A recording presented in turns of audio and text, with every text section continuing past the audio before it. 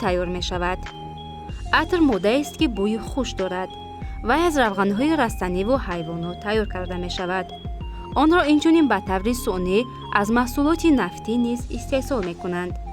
عطرهای از رستنی حاصل شده دارای روغن‌های خوشبوی می باشند که از قسم‌های جداگانه رستنی‌ها، ریشه، پوستلخ، برگ، شیشه و گل آن تیار می کنند.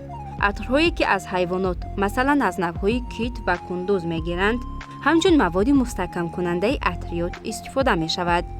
روغن‌های رستنی را با مواد مستحکم کننده با اسپریت محلول می کنند و به شیشه‌های مخصوص برای استفاده می ریزند.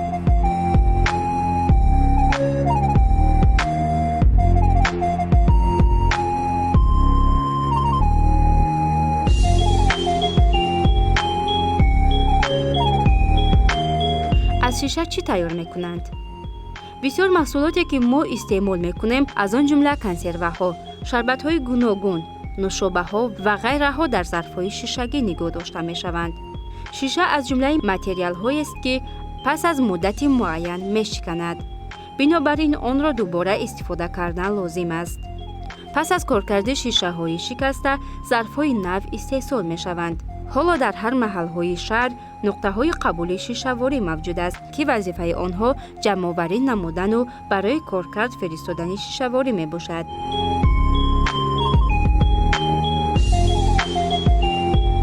باتریکه های استفاده شده را در کجا نگاه می دارند؟ باتریکه های برقی از جمله مواد ضروری حیات انسانند.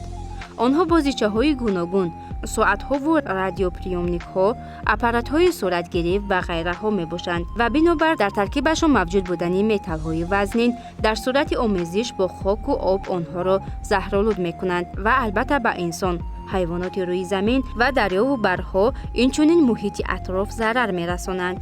از این خاطر باتریکه های استفاده شده را به نقطه های قبول سپاریدن لازم است.